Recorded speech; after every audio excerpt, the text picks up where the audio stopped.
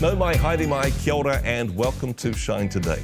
Ngā mihi nui ki a koe ko Andrew Urquhart tēnei. The problems of poverty, homelessness and food insecurity seem to be worse now than perhaps any other time in our nation's history. Stepping into this challenge and making a transformational difference in the lives of thousands of people in New Zealand's largest city is the Auckland City Mission, or Te Tāpui Atawhai. It's led by the missioner, or Manutaki Helen Robinson. She joins us on the program now. Helen, kia ora, thank you for your time today.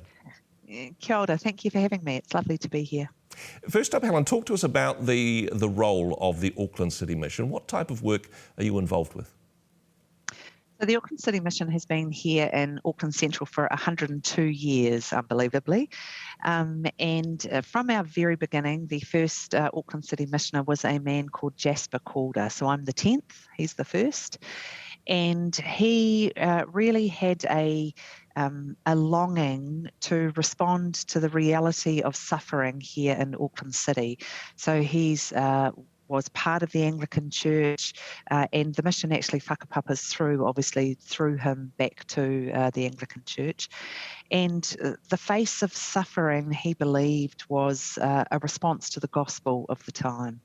And wherever he saw Aucklanders in need, he sought the Auckland City Mission to be able to respond.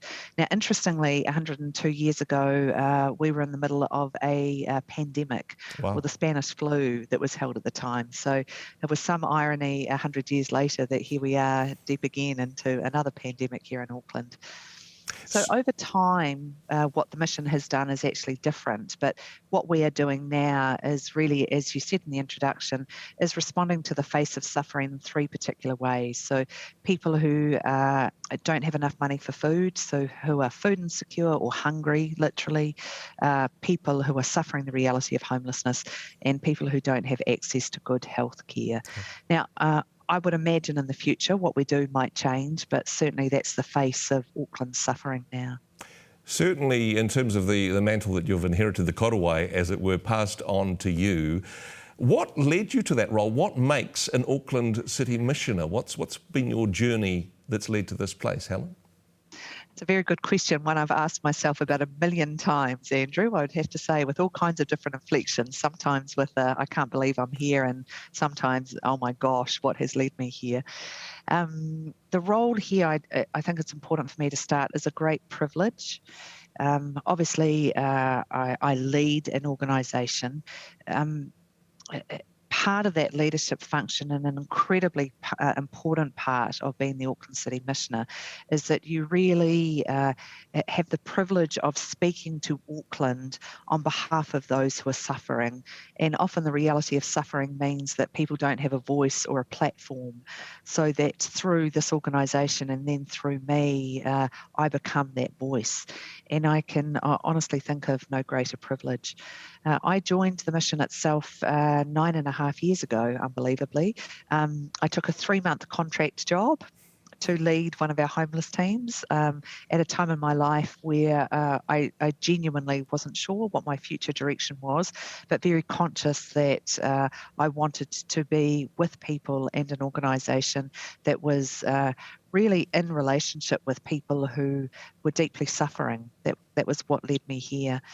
That very part-time job or very contract job became a permanent job leading one of our homeless services. And I then moved into leading one of our food security service, then general manager. And then about 2 years ago, when Chris Farrelly, or Sir Chris Farrelly as he is now, the previous missioner, let us know that he was retiring, I went through quite a process of actually determining whether I should even apply for the job. It was with a great sense of humility that I did, and an even greater sense of humility that I got the job and have become the Auckland City Missioner on the 8th of April last year. It's working alongside Chris, now Sir Chris, as you say, a wonderful opportunity, I suppose, to learn firsthand what it means to be the Auckland City Missioner. In some ways, the understudy for a period of time. Big shoes to fill in some ways, Helen. There's always big shoes to fill, and certainly I've had the privilege of being here with two missioners, so Dame Diane Robertson and then Sir Chris Farrelly, both extraordinary people, and both of whom have lived their sense of leadership and their response to being missioner quite differently. So the privilege of actually being in the presence, actually, and certainly held and sheltered by both and taught by both.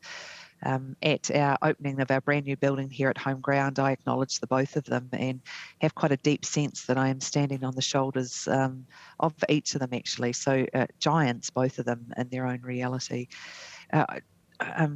Leadership, and particularly leadership in a space that really speaks to the reality of suffering, is complex, difficult, challenging, and very, very life-giving.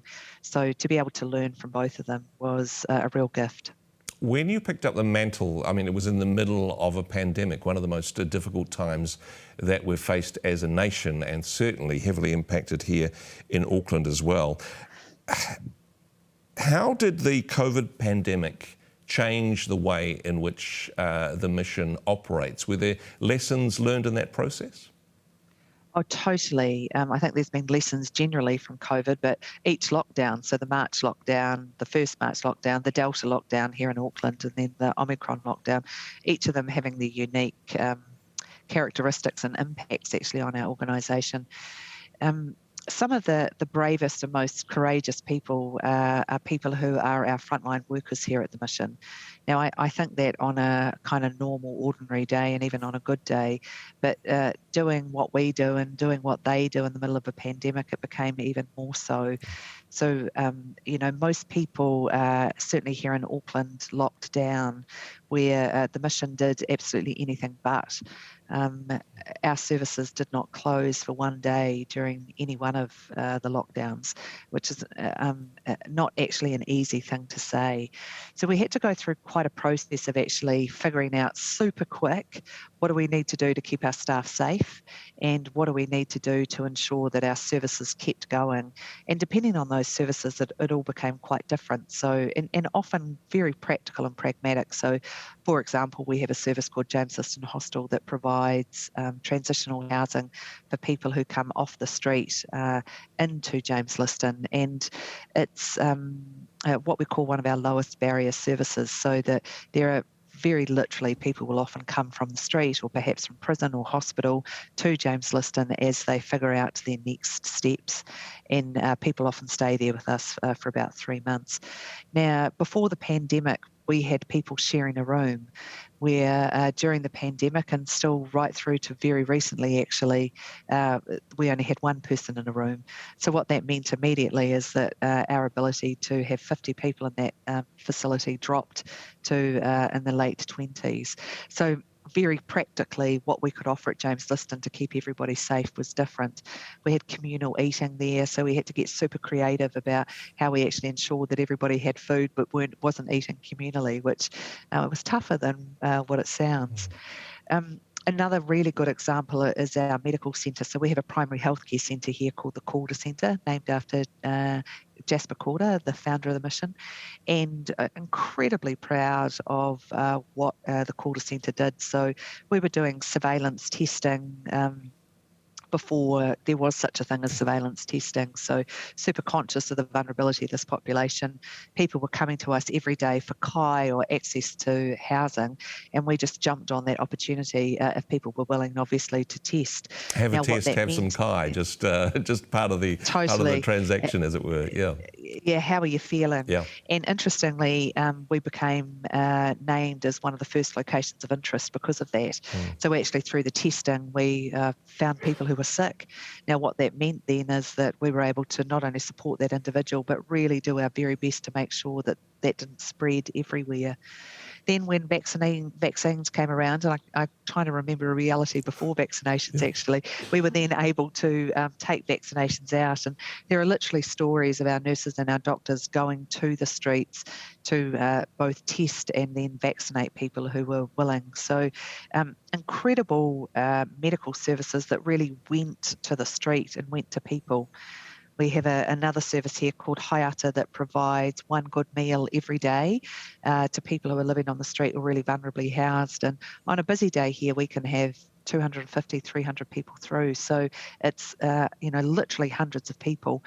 When we weren't allowed to bring people in, we actually did that from a kind of garage at our old place in Union Street. So that was outside enough, that was safe and literally outside, but also had enough shelter that we could literally distribute food safely and appropriately.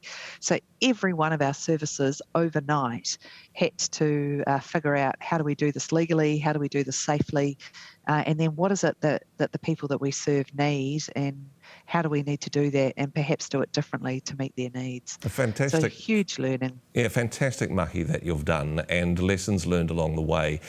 Now, hopefully, the worst of the COVID pandemic is behind us. However, things now seem worse for people doing it tough in Tamaki Makaurau than they have been in a long time. Would you agree with that? And what would you see to be some of the causal factors of the situation we're now in?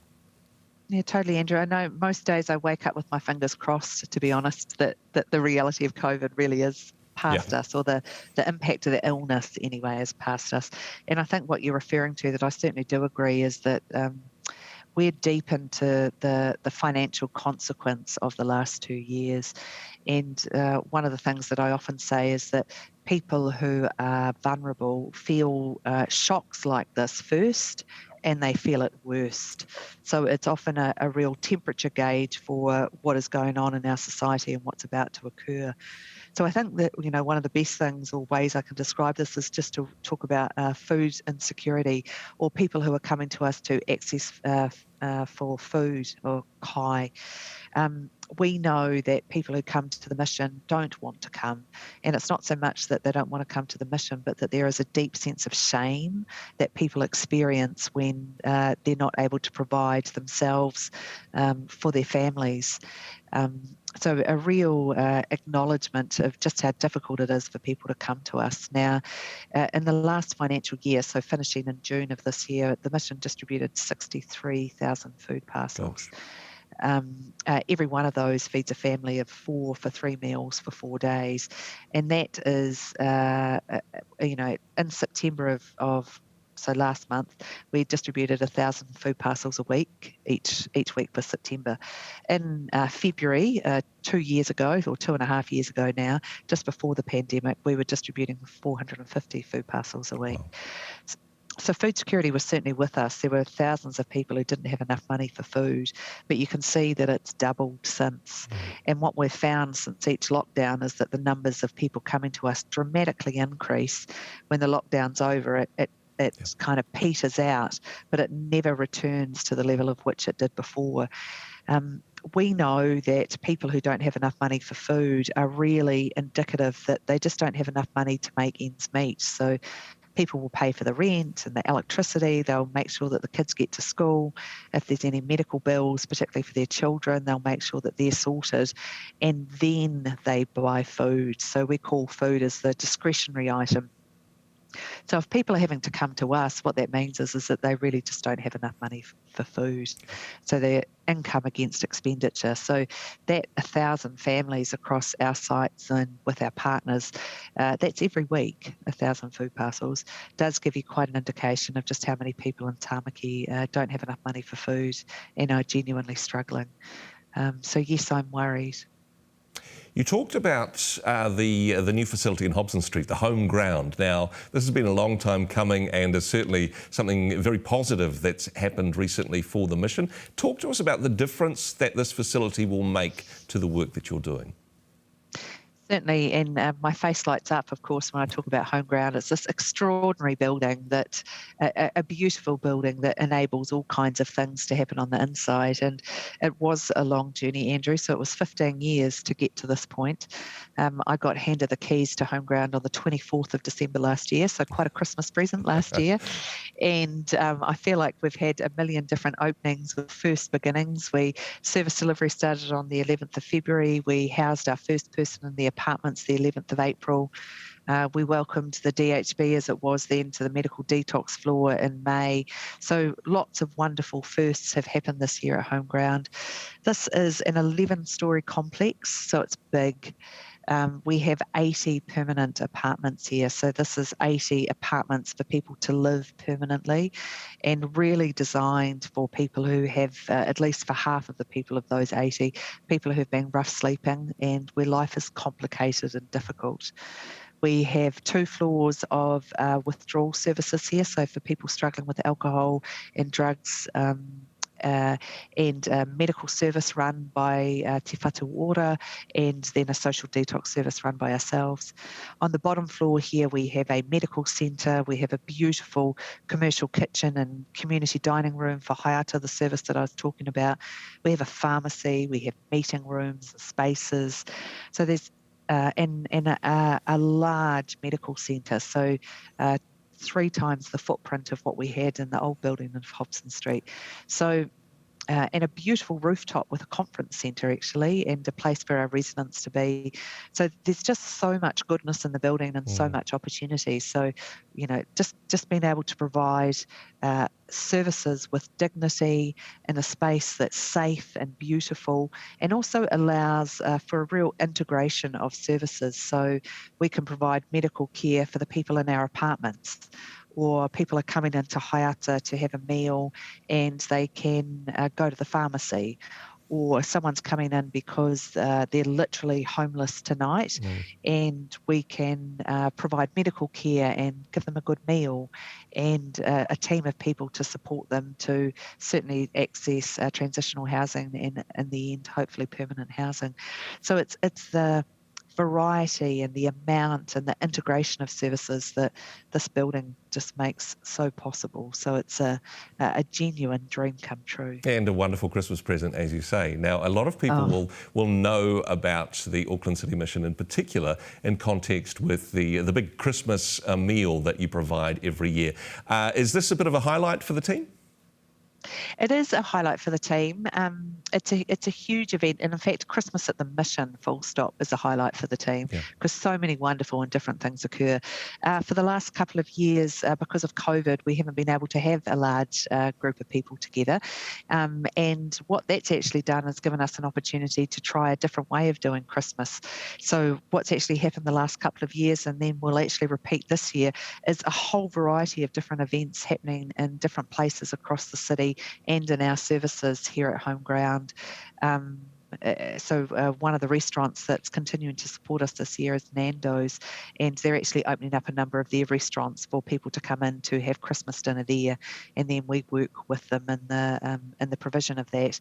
And the Mission actually is an organisation with 10 different sites, so we have a number of different residential services beyond Home Ground here. So there's just this wonderful opportunity during Christmas for people to get connected, to celebrate, to be together, to have good food, a present. So there's just lots of good stuff that happens. A lot of Christmas hope and joy for all New Zealanders. That's fantastic. Talk to us, though, about some of the difficult parts of the job. It is a huge challenge leading an organisation that is impacting so many lives. What are some of the challenges for you personally, Helen? How long have you got, Andrew? It's a big job, and it's hard and demanding and intense, I think. So it's the complexity of how do I be everything to everyone all the time, which I obviously very genuinely can't. There is a privilege that comes with being part of people's lives when they're at often a very difficult time and are suffering deeply. And there is a rawness to life. We see here daily the reality of that rawness. So people who are literally hungry, people who are literally very, very unwell, people who are suffering deeply, who know the reality of addiction, who know the reality of violence. A number of people who we work with die. Being in the rawness of that, with its privilege, is also hard. For a lot of because it's people, real. honestly, looking at the scale of it, it would be overwhelming. What keeps you going? Where does your strength come from in this space? So I think I've had the privilege of doing this kind of work for a number of years. So I started doing this kind of work as a 15-year-old, so over 30 years ago, as I declare my age. And it's amazing what you're taught in terms of resiliency and just some of the practical things that you need to do to look after yourself. So things like 3 good meals and good food and family and sleep and rest and play.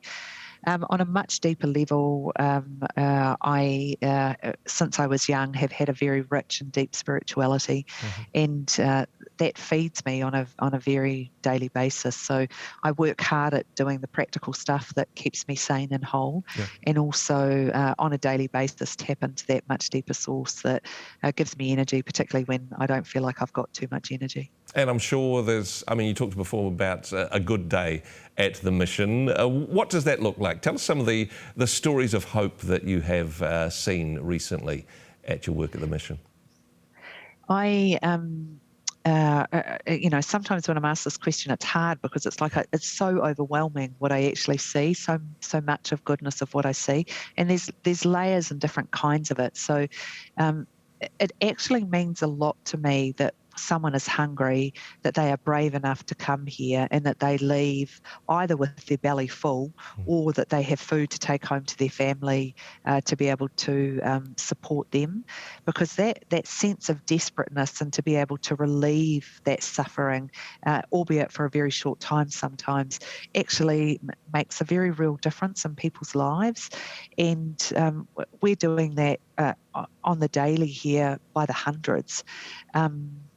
I think I'm quite overwhelmed often and it would not be uncommon that I would get a word of thanks or gratefulness from people, let's say, who have come to access food, and they have, just to let us know what it does mean. And in fact, I just learnt today of someone who's just donated us some money, who not long ago was coming into our service here at Haiata to have breakfast here every day, and obviously is in a position now that they're working and able to give us money, and literally wrote an email to our team to say, thank you for what you've given me, please allow me to give back.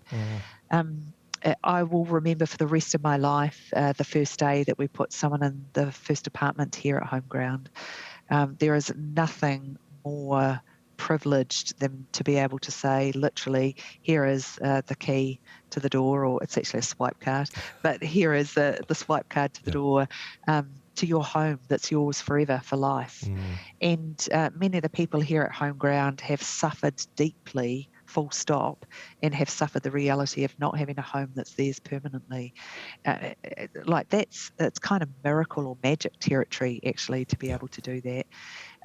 It means a lot to me when I hear stories where people have moved through an incredibly difficult period in their life, and have done that in part because of the support that we have been able to provide. I'm super conscious of people who come to our social withdrawal service. So that's for people who are suffering the reality of addiction to alcohol or any other drugs. And in that withdrawal period, then have access often to further support. And addiction cripples the best of us. And to be able to move through that. And there are hundreds of stories of people who go on to live good lives full of relationships and meaningful contribution to the broader society. So wherever I look, there is daily miracles, really. Helen, thank you so much for the work that you and your team are doing. I know that there'll be people watching this at the moment that are saying, this is fantastic, literally miracles every single day. How can we be involved, and perhaps most importantly, what can we pray for the Auckland City Mission? Two very good questions. I think the Auckland City Mission, or Te Tāpui Atawhai, only exists because of the generosity of Auckland. I'm very, very conscious that my role really is kaitiaki, or guardianship, guardian of a space here in Auckland for people who are suffering. If people are in a position to donate money or food or clothing or time or energy, all of those are deeply appreciated, and really we can only keep going because of you being able to do that. And the best way to do that is through our website. So we haven't spoken today about volunteers. We have hundreds of them that work with us on the day-to-day to enable all of this work to happen. Your prayers are also deeply received or gratefully received. I think there's kind of two sets of prayers that I long for or ask you for. One is for a real sense of for those who are suffering, that we here in Auckland can be that genuine face of compassion. And I think there is also a deep longing within me that we are part of a society where places like the Auckland City Mission are not needed. I long for the day where we close our food bank. Okay. So I think that there is a prayer actually for all of us that to address the very structures that are creating the injustice that means that a place like the Mission is needed. And those injustices sit with us as a society. We are creating this hunger. It's a very hard thing to say and an even harder thing to acknowledge, but we produce enough food in New Zealand to feed everyone. So the fact that 20% of us today don't have enough money for food means that some of us have less because some of us have too much. Yeah. So that there is a real challenge to the structures. So I think there are prayers for open hearts and minds to address those structural injustices so that we can be part of a place where everybody has a home. Everyone has access to healthcare and everybody has enough good food. A wonderful vision for the future of the Auckland City area, and particularly for those doing it tough. aucklandcitymission.org.nz for more information about volunteering, of course making donations and praying for the work that you do. Helen, kia ora, thank you so much for your mahi. Thanks for being on the program today. Kia ora, and thank you for your support. It's genuinely and gratefully received and appreciated.